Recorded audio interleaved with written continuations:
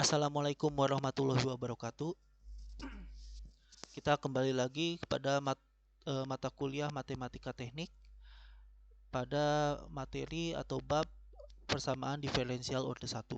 Kemarin atau pada video sebelumnya kita sudah membahas tentang metode variabel terpisah, yaitu suatu metode untuk mencari solusi persamaan diferensial yang memiliki bentuk-bentuk yang cukup kompleks, tidak terlalu sederhana, namun dapat dipisahkan menjadi variabel y dan variabel x masing-masing. Kita hanya perlu memisahkan variabel y misalnya ke sebelah kiri dan variabel x ke sebelah kanan untuk mendapatkan bentuk dy dan dx, dan kemudian kita integralkan masing-masing ruas. Nah, berikutnya kita akan membahas suatu metode yang mirip dengan bentuk variabel terpisah, tapi bentuk umumnya atau bentuk utamanya itu tidak mudah untuk dipisahkan. Pertama, kita akan melakukan reduksi terlebih dahulu sehingga mendapatkan bentuk variabel terpisah. Bentuk umumnya adalah y aksen sama dengan f. F ini merupakan suatu fungsi yang di dalamnya terdapat variabel y maupun variabel x yang sulit untuk dipisahkan. Jadi misalkan kita substitusikan y per x sama dengan u. Nah, jadi bentuk umumnya adalah ada suatu dalam fungsi tersebut suatu bentuk y per x atau y yang dibagi dengan x atau mungkin kebalikannya. Nah, kita substitusikan y per x sama dengan u atau y sama dengan u dikalikan x. Sehingga kalau kita turunkan dan berdasarkan turunan perkalian, maka y aksen akan sama dengan u aksen x ditambah u. Ini adalah turunan terhadap x. Nah, berikutnya kita substitusikan ke bentuk umum tersebut, sehingga u aksen x ditambah u akan sama dengan fu. Fu ini sendiri tadi adalah bentuk dari f fungsi yang di dalamnya terdapat variabel y per x. Fu. Nah, berikutnya kita pisahkan. Pertama, yang terdapat u-nya kita pindahkan ke kanan, sehingga persamaannya menjadi u aksen x sama dengan fu min u. Nah, u aksen sendiri adalah turunan u terhadap x atau ditulis dalam du per dx, sehingga semua yang fu min u yang ada di sebelah kanan tadi kita pindahkan ke sebelah kiri menjadi pembagian, dan x di sebelah kiri kita pindahkan ke kanan menjadi bagian dari pembagian, dan dx nya sendiri kita pindahkan juga ke bagian kanan menjadi penyebut dalam pembagian, sehingga menjadi du per fu min u sama dengan dx per x. Karena antara du dan dx sudah terpisahkan, maka kita bisa melakukan integral pada kedua sisi. Pada sisi kiri bentuknya menjadi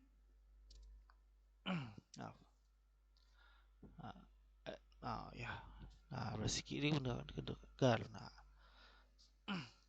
Dari sini kita bisa melihat karena dia berupa pembagian, maka bentuknya akan menjadi len, hasil dari integral tersebut. Oke, misalnya kita akan menentukan solusi persamaan diferensial berikut. 2xy y aksen sama dengan y kuadrat min x kuadrat. Pertama, kita sederhanakan, pisahkan semua y aksen di kiri dan sisanya pindahkan ke sebelah kanan. Menjadi y aksen sama dengan y kuadrat min x kuadrat dibagi 2xy. Atau kalau kita pisahkan menjadi y per 2x dikurangi x per 2y. Nah, berikutnya, karena kita sudah melihat ada bentuk y per x, maka kita substitusikan y per x sama dengan u, dan y aksen sama dengan u aksen x ditambah u. Substitusikan ke persamaan di atas sebelumnya, yang ini, y aksennya kita ubah menjadi u aksen x ditambah u, dan y per x diubah menjadi u, sehingga menjadi u aksen x ditambah u sama dengan u per 2 min 1 per 2u. Kita sedikit utak-atik pindahkan yang u. Jadi pertama u yang ini dipindahkan ke sebelah kanan terlebih dahulu. Dan ini setiap pembagian ini kita samakan penyebutnya. Di sini menjadi U kuadrat per 2 min 1 per 2U dikurangi dengan U. Sorry. Berarti ini min U ya di sini. Ya benar. Sorry. Kalau misalnya kita samakan penyebutnya ini menjadi U kuadrat per 2U dikurangi 1 per 2U. Lalu min U supaya menjadi 2U berarti kita kalikan dengan U kuadrat per 2U kuadrat per 2U. Artinya di sini menjadi min U kuadrat min 1. Nah, minnya kita tetapkan di sebelah kanan. Sedangkan U kuadrat plus 1 per 2U kita pindahkan ke sebelah kiri. Nah, berikutnya X per DX kita pindahkan ke luas sebelah kanan menjadi DX per X. Sehingga hasil akhirnya adalah 2U per DU dibagi 1 plus U kuadrat sama dengan min DX per X. Berikutnya kita bisa integralkan kedua ruas. Nah, di sini menggunakan teknik pengintegralan kita substitusikan 1 plus U kuadratnya sehingga dapat diintegralkan. Hasilnya adalah ln 1 plus U kuadrat sama dengan min ln X ditambah C1. Nah, karena di sini kedua ruas mengandung ln, maka kita bisa gunakan eksponensial pada kedua ruas di kiri maupun di kanan untuk menghilangkan ln. Sehingga kita dapatkan 1 plus U kuadrat sama dengan C per X. Di sini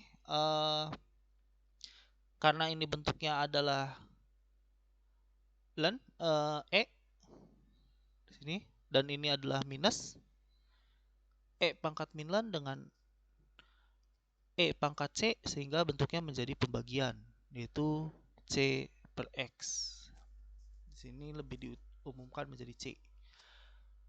Atau kalau kita pisahkan menjadi 1 plus kita kembalikan U ini menjadi Y per X menjadi 1 plus Y per X kuadrat sama dengan C per X. Nah, berikutnya kita kalikan kedua ruas. Sebenarnya sampai sini bisa tidak masalah, tapi untuk melihatnya menjadi bentuk yang lebih umum atau mudah untuk dilihat grafiknya, maka kita kalikan kedua ruas dengan X kuadrat. Menjadi X kuadrat ditambah Y kuadrat sama dengan CX. Di sini CX bisa kita pindahkan ke ruas kiri dan kita sedikit tambahkan beberapa nilai konstan dan menjadi bentuk kuadrat sempurna dalam bentuk kuadrat sempurna sehingga kita dapatkan X min C per 2 dikuadratkan ditambah Y kuadrat sama dengan C kuadrat per 4. Ini adalah lingkaran yang titik tengahnya kita geser ke arah X sama dengan C per 2, 0 dengan jari-jari adalah Y kuadrat per 4. Seperti itu. Ingat, ini masih solusi umum karena C tidak ditentukan nilainya berapa. Nah, berikutnya ini adalah salah satu metode lain untuk mencari solusi persamaan diferensial, yaitu persamaan diferensial dalam bentuk eksak. Bentuk eksak itu terlihat jelas dari ada pemisah antara dx dan dy di sini. Jadi dalam bentuk ini kita bisa melihat bahwa bagian yang M X, Y ini merupakan turunan pertama terhadap X, sedangkan bagian N X, Y ini adalah turunan pertama terhadap Y. Jadi M dan N itu merupakan bentuk dari sebuah persamaan yang kemudian diturunkan secara parsial terhadap X maupun terhadap Y. Yaitu sehingga kita mendapatkan solusi umumnya adalah U X, Y sama dengan C yang merupakan bentuk atau bentuk awal dari turunan parsial terhadap X maupun terhadap Y yang menghasilkan M dan N. Nah, ini adalah bentuk umumnya dan ini adalah solusi umumnya. Sehingga kita bisa membayangkan bahwa untuk mencari solusi umum seperti ini, kita harus melakukan beberapa tahap, yaitu pertama kita integralkan terlebih dahulu entah M ataupun N. Kalau kita milih M berarti integralkan terhadap X, lalu kemudian kita turunkan terhadap Y, lalu kemudian kita integralkan kembali. Begitu juga sebaliknya. Nanti kita akan jelaskan cara pengerjaannya. Nah, yang harus diperhatikan adalah bentuk ini dikatakan eksak dan bisa mendapatkan solusi persamaan ini menggunakan metode eksak kalau misalnya kita asumsikan turunan U terhadap X adalah M dan turunan U terhadap Y sama dengan M, maka dia dikatakan eksak kalau turunan kalau M diturunkan terhadap Y dan N diturunkan terhadap X itu memiliki bentuk yang sama. Kenapa demikian? Karena dalam bentuk turunan parsial, maka turunan kedua yang saling silang artinya turunan pertama diturunkan terhadap X dan turunan kedua diturunkan terhadap Y, atau sebaliknya turunan pertama diturunkan terhadap Y dan turunan kedua terhadap X itu memiliki nilai yang sama dengan asumsi bahwa fungsinya adalah kontinu. Jadi pertama kita harus mengecek apakah dia itu eksak atau bukan dengan menurunkan M terhadap Y dan menurunkan N terhadap X dan nilainya atau fungsinya harus sama. Nah, setelah meyakinkan bahwa dia bentuk eksak, maka cara yang pertama adalah kita integralkan M terhadap X. Ini salah satu langkahnya kalau kita ingin memulai dari M. Kita integralkan M terhadap X, maka kita akan mendapatkan di sini suatu nilai konstanta yang tidak memiliki fungsi terhadap X atau sebut saja sebagai KY. Karena Y di sini kita ibaratkan bahwa dia akan diturunkan nantinya terhadap Y yang hasilnya bisa kemungkinan tidak 0, tapi kalau diturunkan terhadap X dia akan 0. Nah, berikutnya KY ini setelah kita mendapatkan bentuk integral M terhadap X ditambah KY, maka kita turunkan terhadap Y. Lalu kita bandingkan nilainya dengan N. Maka kita akan mendapatkan solusi umumnya. Atau cara lainnya adalah kita integralkan N terhadap Y dan kita dapatkan kita peroleh konstanta yaitu suatu fungsi terhadap X, baru kita kemudian turunkan terhadap X untuk mendapatkan dLdx yang seharusnya itu sebanding atau sama nilainya dengan turunan sama dengan M. Oke, kita langsung masuk ke contoh soal. Tentukan solusi persamaan diferensial dari persamaan berikut. Nah, di sini kita bisa bedakan antara M, yaitu yang diikuti dengan dx, dengan N yang diikuti dengan dy. Sama dengan 0. Maka kita perlu melakukan uji eksak. M adalah cos X plus Y dan N sama dengan 3Y kuadrat ditambah 2Y ditambah cos X plus Y. Sehingga kalau kita turunkan M terhadap Y menjadi min sin X plus Y. Dan kalau kita turunkan N terhadap X, ini pasti 0, 0, sehingga sisanya adalah min sin X terhadap min sin X plus Y. Maka terbukti eksak. Maka kita bisa gunakan metode eksak. Oke. Di sini solusinya kita contohkan M diintegralkan terhadap X dan kita dapatkan suatu konstanta yang merupakan fungsi terhadap Y. Tuh, ini pasti akan keluar seperti ini. Entah nanti K-nya ini 0 atau berapa, itu tergantung nanti kalau kita samakan dengan nilai N.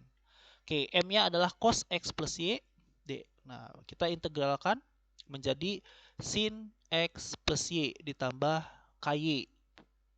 Nah, berikutnya kita turunkan U ini, sin X plus Y ditambah KY terhadap Y. Sehingga kita dapatkan cos X plus Y ditambah turunan pertama KY terhadap Y, yaitu adalah dk per dy. Dan kita akan bandingkan nilai ini dengan N. N-nya sendiri tadi adalah yang ini. Nah, kita lihat di sini, di sebelah kiri ada cos X plus Y. Di sebelah kanan pun sama, artinya ini bisa kita coret. Sehingga dk per dy itu sama dengan 3y kuadrat ditambah 2y. Maka untuk menentukan nilai k, kita integralkan kembali k terhadap y. Sehingga didapatkan k sama dengan y pangkat 3 ditambah y kuadrat ditambah c1. K ini bisa kita substitusikan ke sini. Nah, sehingga bentuk umumnya adalah nanti c1-nya kita pindahkan ke ruas kanan. menjadi C. Jadi ini C sama dengan min C1 dari yang tadi. Nah, ini adalah solusi umumnya, yaitu sin X plus Y ditambah Y pangkat 3 ditambah Y kuadrat sama dengan C. Nah, cara mudah untuk mengecek apakah jawaban kita benar atau tidak adalah dengan menurunkan masing-masing U ini terhadap X dan juga terhadap Y. Pertama, kalau kita turunkan terhadap X, maka menjadi seperti ini. Dan kalau kita turunkan terhadap Y, maka menjadi seperti ini. Dan ini kembali lagi ke soal awal. Terbukti bahwa metode yang dilakukan dan solusi umum yang kita dapatkan adalah benar. Oke. Nah, berikutnya bagaimana kalau terlihat seperti bentuk eksak, namun ternyata dia tidak eksak, tidak memenuhi syarat menjadi eksak. Maka yang kita perlukan adalah menggunakan faktor pengintegralan. Kita kalikan fungsi tersebut dengan suatu faktor pengintegralan sehingga menjadi bentuk yang eksak. Misalnya persamaan diferensial min y dx ditambah x dy. Kalau kita turunkan min y ini terhadap min y ini terhadap y, maka menjadi min 1. Sedangkan kalau kita turunkan x ini terhadap x, maka menjadi 1. Artinya turunan pertama m dengan turunan pertama n tidak sama, sehingga bukan merupakan bentuk eksak dan tidak dapat diselesaikan dengan cara yang tadi. Nah, kita asumsikan dia memiliki bentuk umum seperti ini. P dx, Q dy sama dengan 0. Nah, untuk menyamakan atau mengubah dia menjadi bentuk eksak, kita butuh faktor pengintegralan. Faktor pengintegralnya berupa E pangkat integral Rx dx. Dengan Rx-nya adalah 1 per Q, Q adalah yang menempel ke dy, dikalikan turunan pertama P terhadap Y, P adalah yang menempel ke X, dikurangi turunan pertama Q terhadap X, Q-nya yang ini yang menempel terhadap Y. Nah, seperti itu. Sehingga nanti faktor pengintegralan ini kita kalikan ke sini. Bentuknya menjadi Fp dx ditambah Fq dy sama dengan 0. Dan ini kalau kalian melakukan faktor pengintegralannya dengan benar, maka bentuk ini akan menjadi bentuk eksak. Oke, kita contoh untuk yang soal tadi. Tentukan solusi persamaan diferensial min y dx ditambah x dy sama dengan 0. Nah, di sini nyatakan tadi kita sudah buktikan bahwa dia bukan merupakan bentuk eksak. Maka kita harus mencari faktor pengintegralannya terlebih dahulu. Itu pertama kita cari Rx-nya dulu, 1 per Q. Q adalah yang X ini. Turunan P terhadap Y, P-nya adalah min Y. Dan dikurangi turunan Q terhadap X. Q-nya adalah X. Nah, sehingga kalau kita masukkan dan turunkan masing-masing, hasilnya adalah min 2 per X. Lalu ini adalah Rx-nya, sedangkan faktor pengintegralnya adalah E pangkat integral Rx dx. Kita masukkan seperti ini. Integral min 2 per X menjadi min 2 ln X. E pangkat min 2 ln X itu akan sama dengan E pangkat ln X pangkat min 2. Sehingga hasilnya adalah X pangkat min 2 atau 1 per X kuadrat. Sehingga persamaan diferensialnya yang ini kita kalikan. Min y per x kuadrat dx ditambah 1 per x dy sama dengan 0. Nah, persamaan ini tidak akan mengubah persamaan nilai dari persamaannya. Memang nanti ada beberapa istilahnya domain yang berubah. Tapi secara range, secara bentuk ini tidak berubah. Karena kita mengalihkan kedua ruas dengan faktor yang sama, yaitu 1 per x kuadrat. Di sini adalah 0. Nah, setelah kita mendapatkan ini, ya, kalian bisa mengecek bahwa ini akan menjadi bentuk eksak. Pertama, kalau misalnya kita turunkan ini terhadap Y menjadi min 1 per X kuadrat. Sedangkan kalau 1 per X kita turunkan terhadap X menjadi min 1 per X kuadrat. Artinya ini sudah menjadi bentuk eksak. Sehingga kita bisa melakukan metode yang sama seperti sebelumnya. Yaitu kita integralkan dulu misalnya terhadap X. Nah, berarti yang M tadi atau Fp ini yang sekarang kita integralkan terhadap X. Min Y per X kuadrat kita integralkan terhadap X ditambah KY maka akan sama dengan Y per X ditambah KY. Nah, berikutnya kita turunkan U ini terhadap Y untuk mencari nilai KY. Sehingga DU per DY sama dengan diturunkan terhadap Y menjadi 1 per X, diturunkan terhadap Y menjadi DK per DY. Sama dengan N. N sama dengan 1 per X. Karena ini sudah sama, coret, artinya DK per DY itu akan sama dengan 0. Sehingga kalau kita integralkan ya sebenarnya untuk 0 ya adalah 0. 0 ditambah suatu nilai konstan. Itu tergantung dari nilainya. Maka bentuk umumnya U sama dengan Y per X sama dengan C. Seperti itu. Ini adalah solusi umum dari persamaan diferensial tersebut. Oke, itu untuk yang faktor pengintegralan untuk membantu dalam menyelesaikan metode eksak. Nah, berikutnya adalah persamaan diferensial linear, yaitu yang memiliki bentuk persamaan Bernoulli. Nah, persamaan Bernoulli bentuk umumnya adalah Y aksen ditambah PXY sama dengan RX. Nah, umumnya dalam matematika Y di sini misalnya RX di sini biasanya sebagai gaya dalam fisika ataupun dalam matematika, sedangkan Y di sini bisa sebagai perpindahan atau juga bisa sebagai arus pada rangkaian. Nah, RX sendiri itu adalah input atau masukannya, sedangkan Y adalah outputnya. Nah, untuk bentuk umum persamaan diferensial linear yang homogen, nilai Rx itu akan sama dengan 0.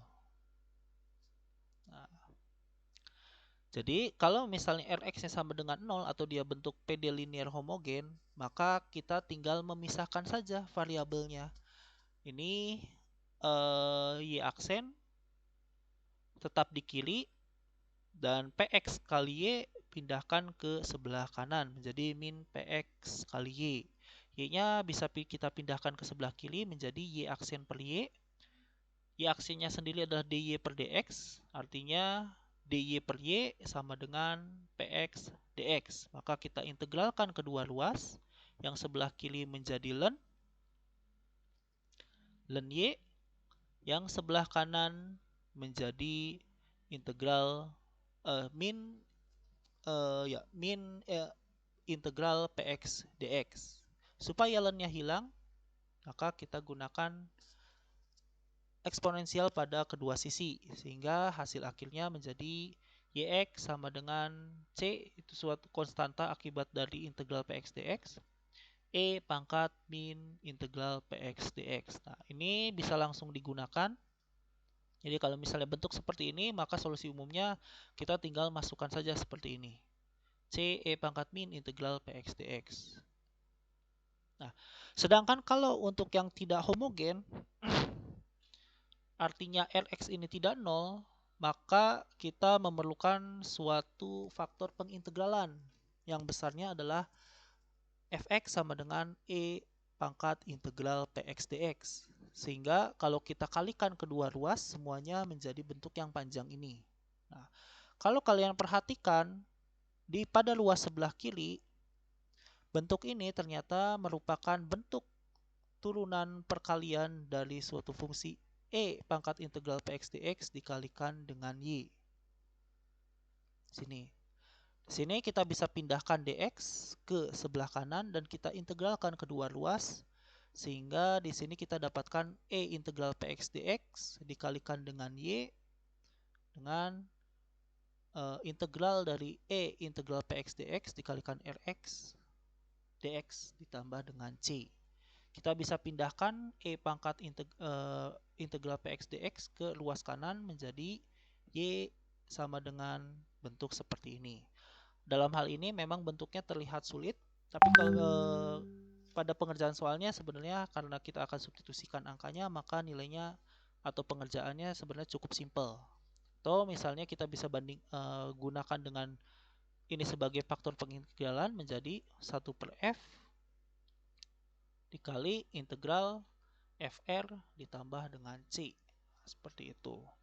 Jadi sebenarnya pengerjaannya di sini cukup simpel, sama kalian bisa mengerjakan integral dan juga fungsi transenden. Nah, ini penulisan lainnya juga bisa demikian, tergantung nanti yang enaknya di mana. Nah, Y itu adalah total output, lalu bagian ini adalah respon terhadap input Rx, sedangkan yang ini adalah respon terhadap nilai awal.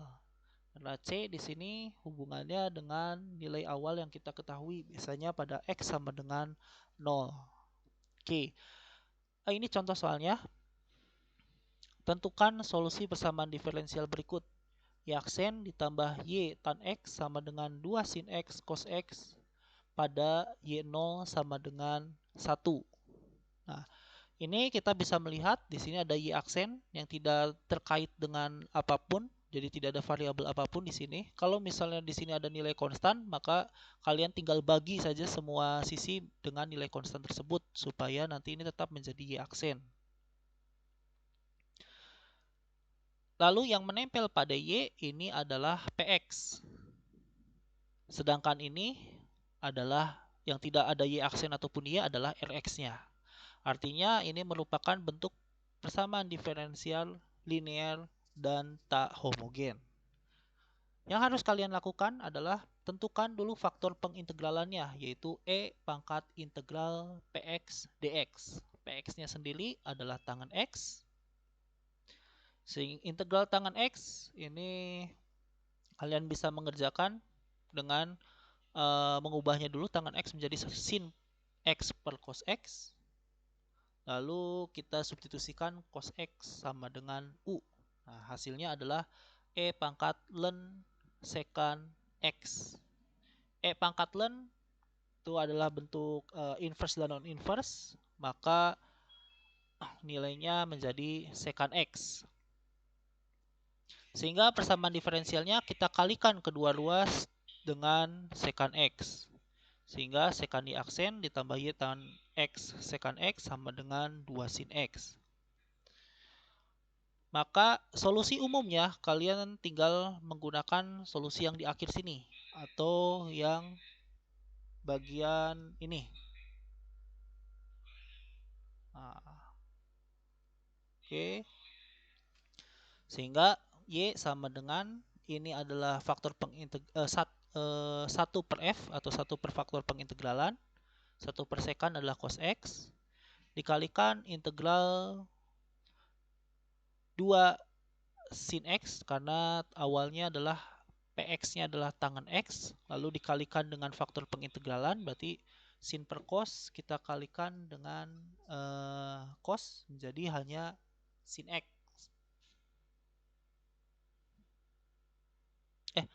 Sorry, ini adalah F dikalikan dengan R-nya. Yang ini. F ini adalah faktor pengintegralan dikalikan dengan R. Karena R-nya adalah 2 sin X cos X dan F-nya adalah 1 per cos, maka cosnya bisa kita coret menjadi hanya tinggal 2 sin X dx plus C. Integral 2 sin X adalah 2 cos X, lalu kita kalikan semuanya dengan cos X menjadi C cos X min 2 cos kuadrat X. Nah, untuk nilai awal Y 0 sama dengan 1, maka kita substitusikan X sama dengan 0 ke persamaan ini. Cos 0 adalah 1, cos kuadrat 0 juga 1, dan ini nilainya harus 1. Sehingga C min 2 sama dengan 1 dan C sama dengan 3. Sehingga solusi khusus persamaan diferensialnya adalah YX sama dengan 3 cos X dikurangi 2 cos kuadrat X. Hanya tinggal mensubstitusikan nilai C di sini.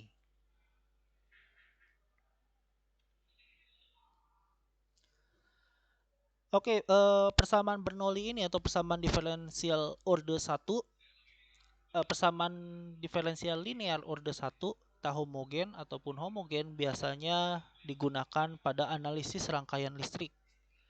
Umum digunakan pada soal-soal di rangkaian listrik 1 ataupun rangkaian listrik 2. Tentukan besarnya arus setiap waktu IT pada sebuah rangkaian RL berikut. Jadi hanya ada resistor atau induktor. dengan R 11 ohm dan L sama dengan 0,1 Henry. Asumsi rangkaian dihubungkan dengan baterai dengan ET sama dengan 48 volt. Ini berarti tegangan sumbernya 48 volt dan arus awalnya adalah 0. Jadi awalnya tidak ada arus, lalu kita umumnya kita gunakan switch. Di awalnya switchnya di off-kan terlebih dahulu sehingga tidak ada arus yang mengalir, kemudian baru di switchnya di on-kan sehingga arus kemudian akan mengalir pada rangkaian. Nah, untuk menyelesaikan masalah resistor dengan induktor pada rangkaian tersebut, maka tegangan pada resistor dan tegangan pada induktor totalnya itu akan sama dengan tegangan pada sumber. Sehingga dapat kita nyatakan model persamaan diferensial linearnya adalah Li aksen ditambah Ri sama dengan Et. Dengan I adalah fungsi terhadap waktu. Nah, di sini yang merupakan bentuk turunan adalah I aksen, atau ini sama seperti Y aksen pada contoh soal sebelumnya. Sehingga kita perlu membagi I aksen ini supaya dia dia berdiri sendiri. Semua ruas kita bagi dengan L sehingga bentuknya menjadi I aksen ditambah R per Li sama dengan Et per L. Ini adalah bentuk yang serupa dengan bentuk persamaan diferensial linear di atas. Nah, kalau kita sudah dapatkan bentuk ini, maka kita bisa langsung menuliskan solusinya dengan jangan lupa menuliskan persamaan diferensi faktor pengintegralannya. Sini. Ini sebentar. Aksen ditambah L per L I. Ini sepertinya salah ya, harusnya ada integralnya di sini. Mohon nanti diganti, nanti saya akan ganti. E pangkat min integral R per LT integral E pangkat integral R per LT T per L dt ditambah dengan C. Ini ada integralnya, ini pun ada integralnya sebagai faktor pengintegralan. Nah, yang ini. Atau yang ini faktor pengintegralan.